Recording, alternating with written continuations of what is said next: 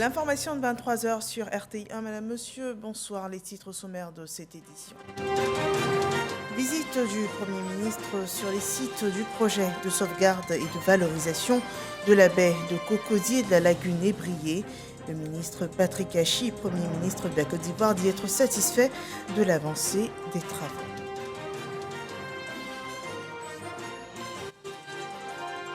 Du pétrole brut et du gaz naturel découvert dans le bloc CI 802 du bassin sédimentaire offshore de la Côte d'Ivoire.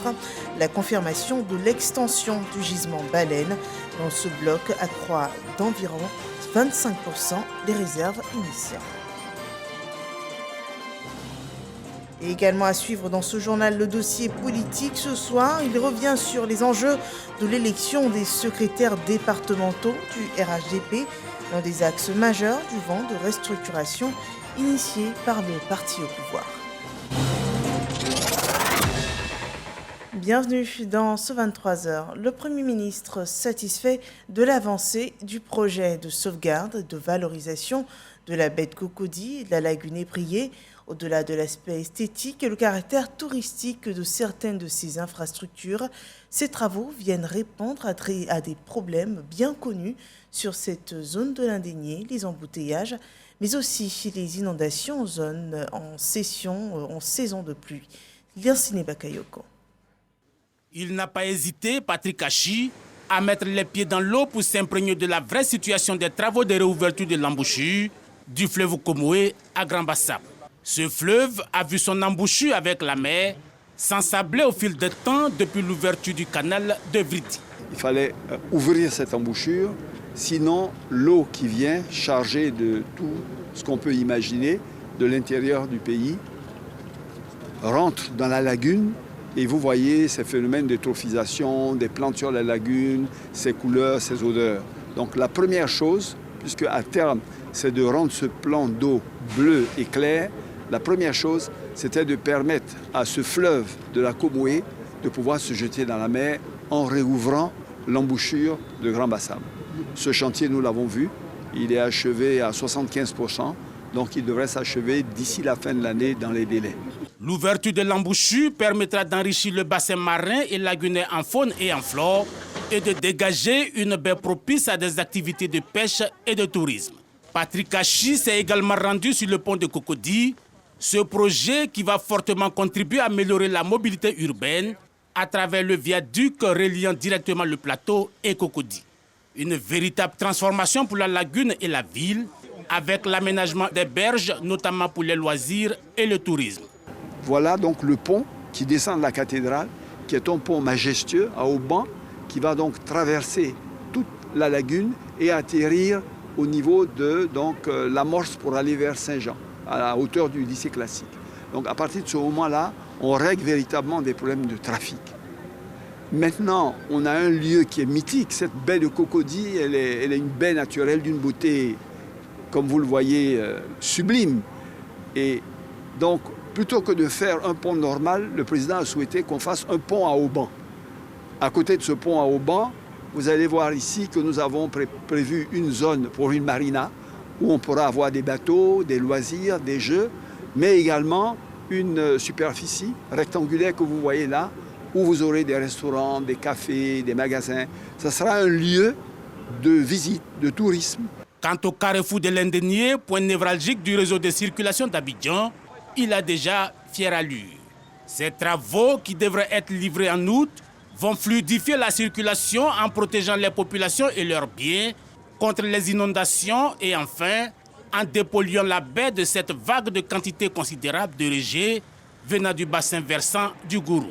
Avec les voies venant des différentes directions, aussi bien des 220, de l'Indénié, du boulevard lagunaire, de la Canebière, de Cocody, on avait un bouchon qui pouvait prendre des heures. Et donc l'échangeur qui a été fait là a pour objet également donc, de régler ce problème d'embouteillage au niveau du carrefour de l'Indénié. Tous les projets réalisés par le président Alassane Ouattara ainsi que ceux en cours montrent la ferme volonté du chef de l'État de doter la Côte d'Ivoire de tous les leviers nécessaires pour son rayonnement. Les infrastructures impulsent le développement. Elles permettent au pays d'être plus productif. Les travaux de réhabilitation du barrage de Sologo, un barrage hydro-agricole, ont été lancés hier par le Premier ministre Patrick Achi. Ce barrage va permettre d'irriguer 200 hectares de terre pour des cultures vivrières.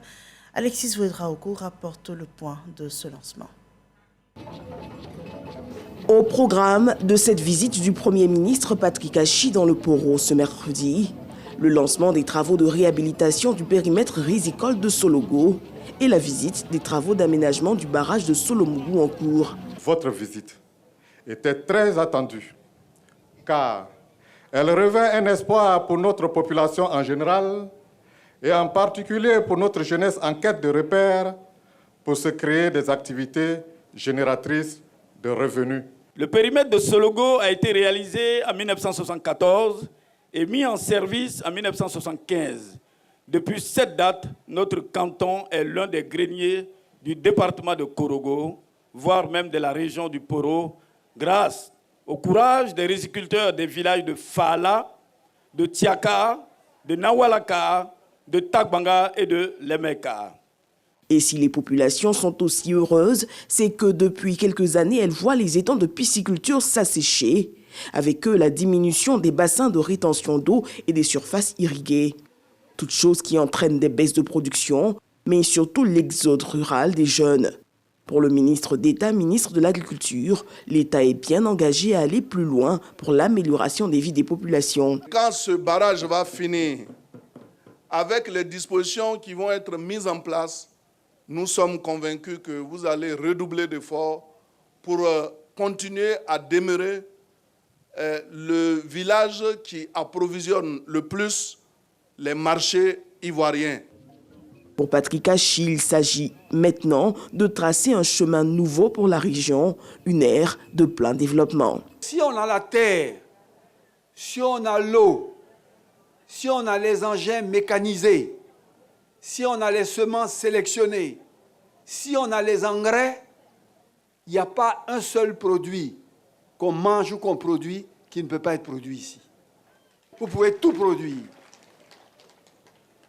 Et avec les infrastructures que vous aurez, vous pourrez les écouler rapidement. Les projets que nous allons faire ici, je l'ai dit, vont transformer totalement les modes de culture. Ça va réduire la pénibilité des travaux que vous faites.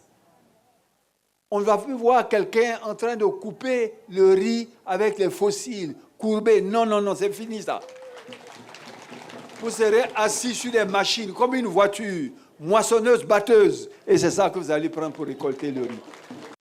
Et face à la richesse de cette région, le Premier ministre pense jeunesse. Quand on dispose d'un bas-fond d'une telle taille et d'une telle quantité d'eau, il requiert qu'on ait un centre de formation professionnelle et technique pour les jeunes qui sont ici, qui seront spécialisés dans ces différents domaines-là. Cerise sur le gâteau, les doléances des populations portant sur l'acquisition d'un nouveau marché, d'une nouvelle mairie et le bitumage de voies obtient écho favorable. Notons que des remises importantes de ressources financières et techniques ont été faites le long de cette visite, dont des tricycles, des intrants agricoles. Et il y a aussi du nouveau dans le secteur des hydrocarbures. Une seconde découverte de pétrole brut et de gaz naturel a été faite par la société pétrolière italienne Eni et son partenaire Petrosi Holding dans le bloc CI 802 du bassin sédimentaire offshore de la Côte d'Ivoire. Une nouvelle découverte qui accroît d'environ 25% les réserves initiales du gisement Baleine qui passe de 2 à 2,5 milliards de barils de pétrole brut et de 2400 à 3300 milliards de pieds cubes de gaz naturel. Nancine Bakayoko. À côté du gisement Baleine, dont le potentiel oscille entre 1,5 et 2 milliards de barils de pétrole brut et 1800 et 2400 milliards de pieds cubes de gaz associés, voilà un autre puits testé avec succès sur le bloc 802 au large de la station balnéaire d'Assini, non loin de la frontière ghanéenne. Cette nouvelle découverte devrait accroître le gisement Baleine de 25% avec des réserves qui vont passer de 2 à 2,5 milliards de barils de pétrole et de 2400 à 3000 milliards de pieds cubes de gaz naturel. Sur la plateforme, Les techniciens sont déjà à pied d'œuvre en vue d'accélérer les délais de mise en exploitation. Des foreurs sont déjà en action, mais la mise en exploitation n'interviendra pas avant le premier semestre de 2023. Dans les perspectives, le chef de l'État a souhaité que le développement se fasse le plus rapidement possible. Et le directeur général vient de nous assurer que ça va être l'un des développements les plus rapides au monde. En général, cela met en moyenne 5 ans pour développer. Mais je crois que dans le cas de la Côte d'Ivoire, ils ont recouru aux dernières technologies pour qu'à partir de 2023, on puisse commencer la phase 1 du développement. Et nous sommes venus nous assurer que les choses se passent correctement. Cette importante découverte ouvre de nouvelles perspectives pour la Côte d'Ivoire, qui devrait multiplier par 20 ses réserves prouvées, la propulsant du coup dans le quota africain des pays producteurs de pétrole. Cette nouvelle découverte rend attractif le bassin sédimentaire de la Côte d'Ivoire. Le Conseil de l'Entente a mis ce jeudi un terme aux travaux du Conseil des ministres des États membres de ce Conseil. Cette 20e session a approuvé le rapport annuel de performance 2021 ainsi que les comptes de l'exercice clos au 31 décembre 2021. Le détail avec Michel Digré. La 20e session du Conseil des ministres des 5 États membres du Conseil de l'Entente a donné quitus au secrétariat exécutif pour sa gestion et au commissariat aux comptes pour l'exécution de son mandat. Réunissant les ministres des Affaires étrangères et ceux de l'économie et des finances des 5 pays membres, le Conseil a salué la nouvelle dynamique amorcée par l'institution. Le Conseil des ministres se réjouit de nouvelles actions engagées par le nouveau secrétaire exécutif pour faire du Conseil de l'Entente un instrument de politique important, une force de concertation et de dialogue, ainsi qu'un espace d'entraide et de solidarité conformément aux orientations reçues des chefs d'État. Présidant la réunion, la ministre des Affaires étrangères, Kandia Camara, a souhaité que l'institution puisse susciter des ressources additionnelles.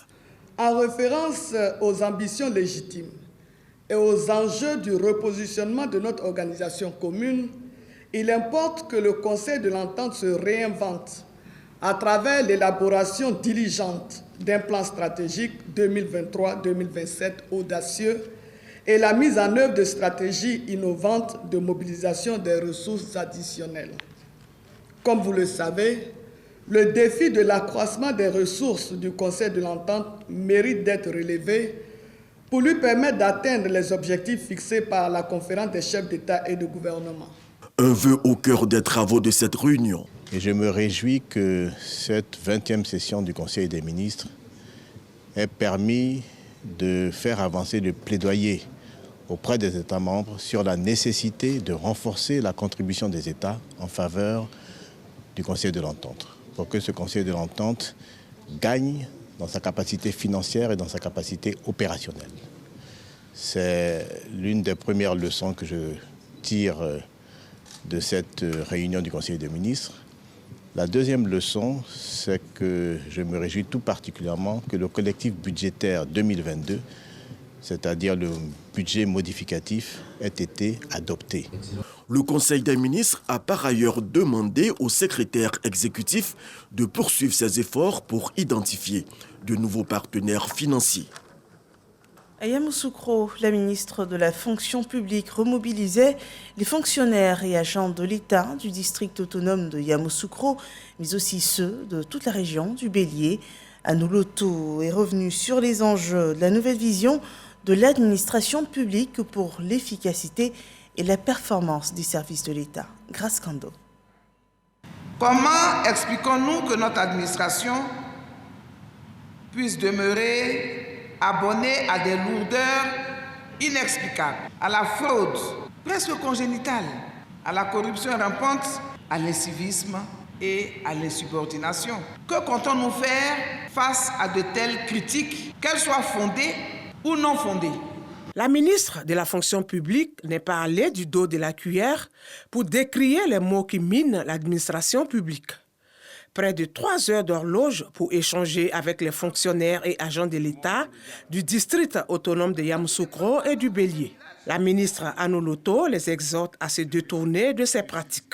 Je voudrais véritablement féliciter Madame le ministre pour cette démarche importante et sensibiliser tous nos collaborateurs, les agents et fonctionnaires à s'inscrire dans cette motivation que Madame le ministre nous donne au travers de la vision implémentée par le président de la République. Nous avons bien écouté sagement les consignes de Madame le ministre. Nous allons les traduire en région dès notre retour. Par contre, aujourd'hui, elle est venue donc nous réconforter dans ce que nous faisons, dans cette approche qu'elle a souhaité que nous puissions avoir dans la conduite des affaires, de nos affaires au quotidien, c'est-à-dire la proximité, la célérité dans le traitement des dossiers où il y a les requêtes qui nous sont soumises. Ces engagements que prennent les responsables de l'administration publique cadrent avec le nouveau paradigme de la gestion administrative. Il est donc clair que le fonctionnaire et l'agent de l'État, qui est par essence chargé d'un emploi public, investi d'un mandat public pour exécuter une mission de service public, se doit d'accomplir sa mission avec responsabilité, avec compétence, avec conscience et avec loyauté. Il doit le faire avec intégrité, impartialité et neutralité. Ce n'est pas moi qui l'ai dit, c'est notre Constitution. Cette rencontre avec les fonctionnaires et agents de l'État des régions du district autonome de Yamoussoukro et du Bélier marque le début d'une nouvelle approche managériale du ministère de la fonction publique. Des actions pour des services publics qui doivent véhiculer des valeurs de loyauté, de responsabilité, de compétence, de conscience professionnelle. Une sensibilisation qui a été faite à Yamoussoukro, où sera célébrée le 7 août prochain la fête nationale. 5371 forces de défense et de sécurité sont mobilisées pour le défilé militaire de la cérémonie des 62 ans de la déclaration de l'indépendance de la Côte d'Ivoire. Et à 10 jours de l'événement, l'heure est au préparatif à Boussanogo. La célébration de la fête de l'indépendance en 62 se fera à Yamoussoukro le dimanche 7 août prochain sur le thème Lien forces de défense et de sécurité population, socle de résilience nationale face aux nouveaux défis sécuritaires. Elle intervient dans un contexte sécuritaire particulier, demandant une synergie d'action entre forces de défense et de sécurité et population, un lien armée-nation soutenu. Les armées s'étant mises en ordre, s'étant réconciliées avec elles-mêmes et avec les valeurs qui font leur force, entreprennent d'aller à la rencontre des populations afin de constituer le solide rempart pour la défense de la nation dans toutes ses composantes, sécuritaires, économiques et sociales. Le choix de Yamoussoukro, à l'occasion de cette reprise des cérémonies intégrales, répond à son statut de capitale politique. Pour ce retour à une célébration festive et populaire de l'événement, 4 activités principales ont été retenues, à savoir une marche de cohésion avec FDS population dans la matinée du 6 août, la retraite au flambeau dans la soirée du samedi 6 août sur les principales artères de la ville de Yamoussoukro, un concert géant durant toute la nuit du samedi 6 août à la Fondation Félix Houphouët-Boigny pour la recherche de la paix. Et enfin, un défilé aérien, pédestre et motorisé, suivi d'une démonstration de saut en parachute sur la place Jean-Paul II.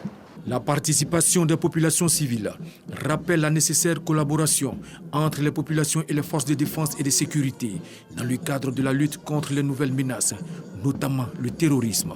Cela est acté par la participation de 14 districts qui sont dans les grandes subdivisions administratives du pays.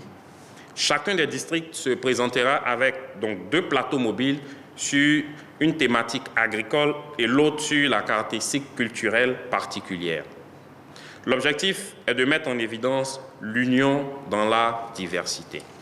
La jeunesse, celle qui est préparée à construire une résilience durable, sera représentée par celle estudiantine. En particulier, les étudiants des universités Félix Houphouët-Boigny, Alassane Ouattara, de l'Institut national polytechnique Houphouët-Boigny et de l'Académie régionale des sciences et techniques de la mer. Pour cette cérémonie, un effectif total de 5731 est prévu et recevra comme invité spécial un détachement des forces armées libériennes. Voilà, 5731 forces de défense et de sécurité pour le défilé militaire de la fête nationale le 7 août prochain à Yamoussoukro. Parlons de la lutte contre le terrorisme dans l'espace CEDEAO. Les attachés de défense de l'organisation sous-régionale ouest-africaine se sont réunis aux États-Unis pour une meilleure stratégie de lutte contre le terrorisme. L'objectif c'est de créer un cadre d'échange afin d'affronter les différentes problématiques sécuritaires de l'espace communautaire. Koninate Moussa. Les attachés de défense de l'espace CEDEAO aux États-Unis s'arment contre le terrorisme. Ces responsables de défense des missions diplomatiques participent à un séminaire de formation et d'information sur la menace djihadiste en Afrique de l'Ouest. Il s'agit de créer un cadre d'échange et de partage d'expériences en matière de lutte contre le terrorisme. Une rencontre à l'initiative de l'ambassade de Côte d'Ivoire aux États-Unis. Ce n'est plus le Mali, ce n'est plus le Niger seulement, ce n'est plus le Burkina, c'est toute l'Afrique de l'Ouest qui est menacée, et notamment les États côtiers qui sont dorénavant des objectifs clairement affichés des groupes terroristes. Je me réjouis du fait que nos éminents généraux et colonels puissent engager une réflexion. Je voudrais vous féliciter pour cette initiative et espérer que de vos réflexions, de vos travaux, sortiront quelques esquisses de solutions. Ce séminaire de formation et d'information a vu la présence de certaines autorités américaines, à savoir la sous-secrétaire à la défense pour l'Afrique et des représentants du département d'État américain et du Centre d'études stratégiques pour l'Afrique. En Côte d'Ivoire, à Bouaké, à un peu plus d'une heure de route de la ville de Yamoussoukro, il se tient cette semaine la 3e édition de la ronde sociale. C'est une caravane de sensibilisation de proximité des populations qui implique 3 institutions de prévoyance sociale et les centrales syndicales, suivant le développement de Soro Corona.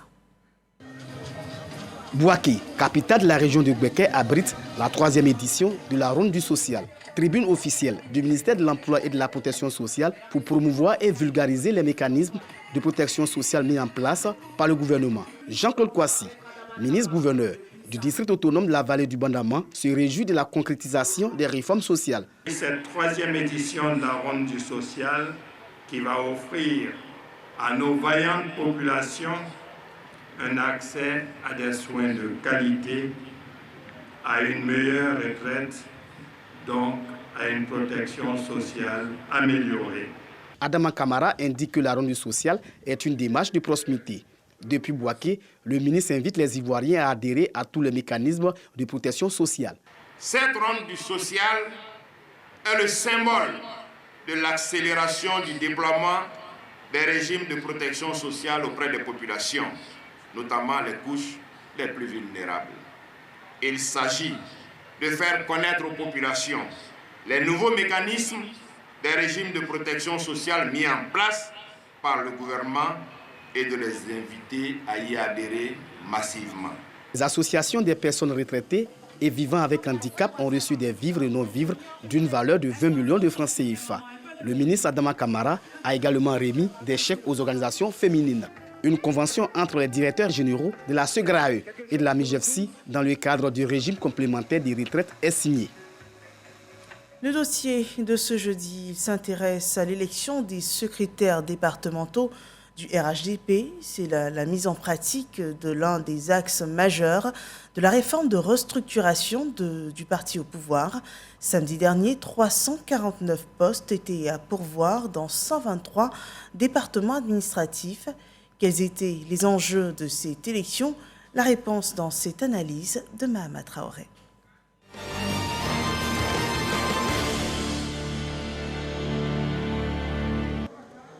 La 8e réunion du directoire du RHDP se tient 72 heures après l'élection des secrétaires départementaux du parti. C'est d'ailleurs cette élection qui va animer les débats de cette séance de travail. Un scrutin censé permettre à la base de désigner ses responsables locaux dans les 123 départements administratifs que compte le RHDP sur l'ensemble du territoire. Il s'agit pour nous donc de renouveler le personnel d'encadrement au niveau local. Bien évidemment, c'est ce personnel donc élu qui va organiser les militants, qui va aller donc à la recherche de nouveaux militants et asseoir donc une base très large du parti et pour que ces élections de 2023 se passent dans les meilleures conditions. Toutefois, dans 5 départements administratifs, les bureaux de vote n'ont pas ouvert pour cause de report anticipé. Dans 4 autres, le vote a été suspendu pour cause de violence au motif de la contestation de la liste électorale. Ce fut le cas à Sandégué, localité du nord-est du pays. Le directoire nous a fait appel pour nous dire qu'on ira aux élections tel jour, sur la base des sections qui ont été préétablies d'alors, mais pas avec de nouvelles sections. L'unification, c'est depuis 2018. Si les responsables n'ont pas pu faire valider une section de 2018 à 2022, mais ce n'est pas la faute à Boubacar. Certains candidats ont eu à faire donc un recours. Donc ce recours, le parti a été saisi. Nous sommes un parti organisé.